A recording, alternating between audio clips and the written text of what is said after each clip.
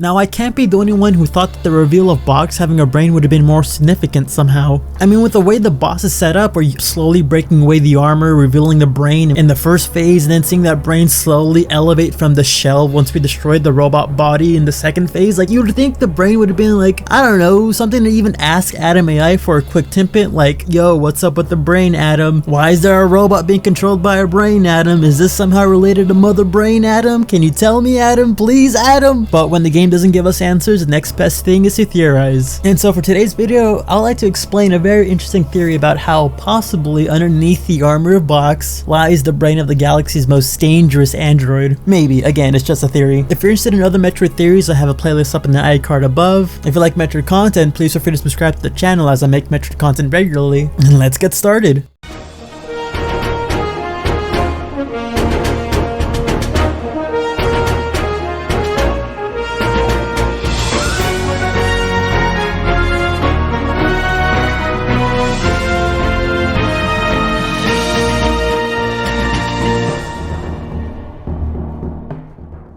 So during the ending of Other Rim, we learned that the Galactic Federation returned to the bottle ship and recovered old assets and projects to transfer them over to the BSL before the bottle ship's destruction. That's how Nightmare and Ridley's bodies were found on the BSL despite dying in the bottle ship. It's also been speculated this is how Metroid cloning and Zabizians returned in Fusion 2. So I don't think it's too crazy to think that the Galactic Federation would try to recover MB. And yes, despite Samus destroying NB the android, the fate of MB the brain is still kind of unknown to us. And as a quick summary, the Galactic Federation created MB the brain first to control the Zabizians they're experimenting on for bioweapons, but when the Galactic Federation moved on the Metroids, MB the brain couldn't really control them, so they made an android body for the brain to control so that the android body can emotionally connect with the Metroids to have an easier time controlling them. And that's how there's two MBs. A little convoluted, but I like MB's backstory. Now, we were told that the brain was in Sector 0, which was supposedly destroyed by Adam, but to bring up a point from a previous theory, we never really see the sector's destruction, and with the Metroid cloning reappearing in Fusion, it makes me believe that Adam didn't really destroy the sector, which would also mean NB the brain would also survive. The Galactic Federation would then salvage the brain from the bottle ship to the BSL along with like Nightmare and Ridley and so forth. The brain would more than likely be useless on the BSL because the Galactic Federation is now focusing on Metroids, which the brain can't really control well, so it would be repurposed as a security robot, where its analytical brain would be used to help monitor and maintain the environments. And if you want to get real spicy with this theory, we can say this is why B.O.X attacked Samus in the first place, cause MB inside the robot would recognize Samus as the person who foiled her plans and attacked her for revenge. And maybe this would explain why only one specific security bot attacked Samus this entire time, because it was specifically looking for Samus or something. But of course, just like the android body, the brain would also fail in her revenge or whatever and eventually get infected to become an X-parasite. I also want to point out the fact that both MB's brain and the brain inside B.O.X both visually look pretty similar, both being featureless brains with red and blue tubing. And granted, they are just brains at the end of the day, so you can't really expect too much of a variance with their designs, but the fact that they both have red and blue tubing makes me feel like this is an intentional design choice. And another point, with how secretive that secret Splinter Cell in the Galactic Federation is, B.O.X could be a potential scapegoat for some money laundering, if that makes any sense. Someone in the organization's got to explain where the money for that brain project went, so again, instead of destroying the brain, they would repurpose it and present B.O.X as that project for where all that money went, instead of revealing the original purpose of the brain. And if this is the case, the Splinter Cell in the Galactic Federation were so well at covering their tracks that not even Adam or Samus could recognize the project as even being the same brain. And with the moment of our only clue happening in an event that was almost impossible to predict, it would have seemed like no one would have figured it out. The secret would have more than likely have gone unnoticed. But of course, that is just a theory. It's definitely an interesting idea, but I know there's a couple of things that kind of like make it a little bit harder to believe, like because like we're led to believe there might be multiple boxes due to the number on the paneling or whatever, as well as the fact that I don't like that argument of like we never see the ship's destruction, so we can't really confirm it. I know that's a bit flimsy on that end and all that, but like again, like Metroid cloning returns. Like if Adam really destroyed it, there shouldn't be any Metroid cloning, but it's still back somehow, so did he really destroy it? But with how many connections there are between Fusion and Other M, it just makes me feel like this theory does have some weight to it. Besides, it does make B.O.X a bit more complex now. Is it really just a rogue security robot? Could it really be just following its own orders? Or maybe now it holds the brain of the galaxy's most devious android now, now, lost in obscurity due to being involved in the government cover-up. I don't know, I just really like B.O.X a lot. If you're interested in another theory about B.O.X, click on the video above. It's a theory about explaining why does B.O.X attack Samus in the first place. Nothing related to this theory whatsoever, it's its own unique standalone theory. And of course, if you like Metroid content, please feel free to subscribe to my channel, follow me on Twitter, follow me on Discord, support my Patreon. If you want to support the channel, you can get a YouTube membership that comes with like unique little badges and emotes. It's a lot of like cool little things. With that being said, I'm the Metroid Trainer. I hope you like, favorite, subscribe, and stick around for next time because I'll be seeing you later.